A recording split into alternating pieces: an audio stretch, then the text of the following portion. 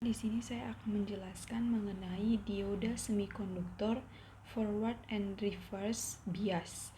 Saya Cornelia Tiara Arolov dari kelas IIA 2 Pendidikan Fisika angkatan 2020. Yang pertama itu pengertian dioda.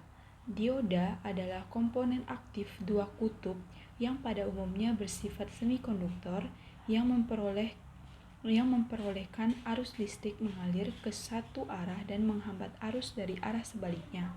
Dioda dapat disamakan sebagai fungsi kutub di dalam bidang elektronika.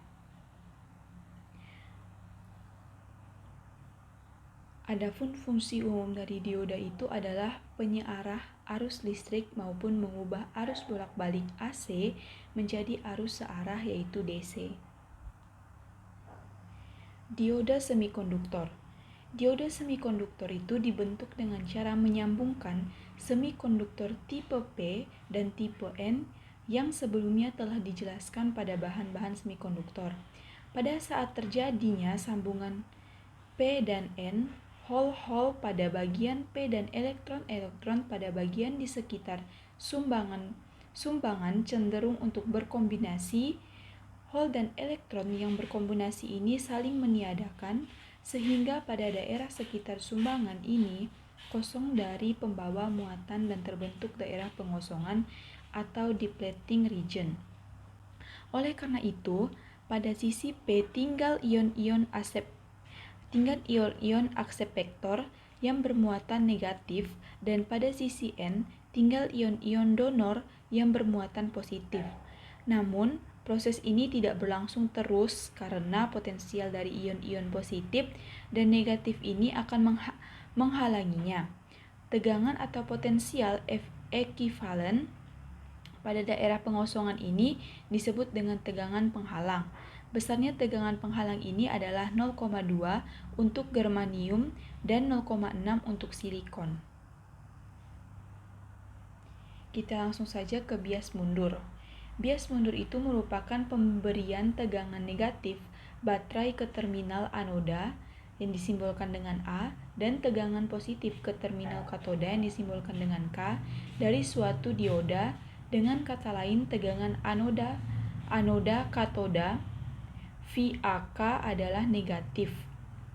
Nah, bisa kita lihat pada gambar, karena pada ujung anoda A yang berupa bahan tipe P diberi tegangan negatif, maka hole-hole atau pembawa mayoritas akan tertarik ke kutub negatif baterai yang menjauhi persambungan.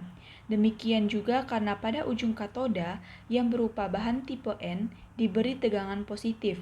Nah, maka elektron-elektron atau pembawa mayoritas akan tertarik ke kutub positif, menjauhi persambungannya. Nah, sehingga daerah pengosongan semakin lebar dan arus yang disebabkan oleh pembawa mayoritas ini tidak ada yang mengalir.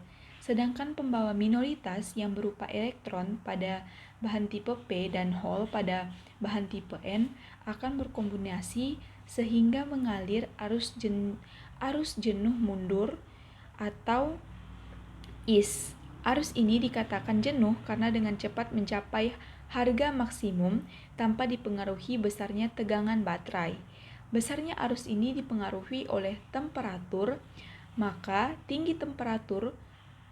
makin besar tinggi temperatur, makin besar pula harga is. Pada suhu ruang, besar is ini dalam skala mikroampere untuk dioda germanium dan dalam skala nanoampere untuk dioda silikon. Lanjut ke bias maju. Apabila tegangan positif baterai dihubungkan ke terminal anoda dan negatif ke terminal katoda, maka dioda itu disebut sebagai atau mendapatkan bias maju. Dengan demikian, VA sampai K adalah positif VAK. Dengan pemberian polaritas tegangan seperti pada gambar ini, yakni VAK positif, maka pembawa mayoritas dari bahan tipe P atau hole akan tertarik oleh kutub negatif baterai melewati persambungan dan berkombinasi dengan elektron atau pembawa mayoritas pada tipe M. Demikian juga elektronnya akan tertarik oleh kutub positif baterai untuk melewati persambungan. Nah, oleh karena itu, daerah pengosongan terlihat semakin menyempit pada saat dioda diberi bias maju, dan arus dioda yang disebabkan oleh pembawa mayoritas itu akan mengalir, yang disebut dengan ID. Sedangkan pembawa minoritas dari bahan tipe P dan dari bahan tipe M akan berkombinasi menghasilkan IS. Arah IS dan ID adalah berlawanan, namun karena IS jauh lebih kecil dari ID, maka secara praktis besarnya arus yang mengalir pada dioda ditentukan oleh ID. Sekian presentasi dari saya ucapkan terima kasih. Mohon maaf jika ada kesalahan dalam pengucapan kata. Saya pamit undur diri.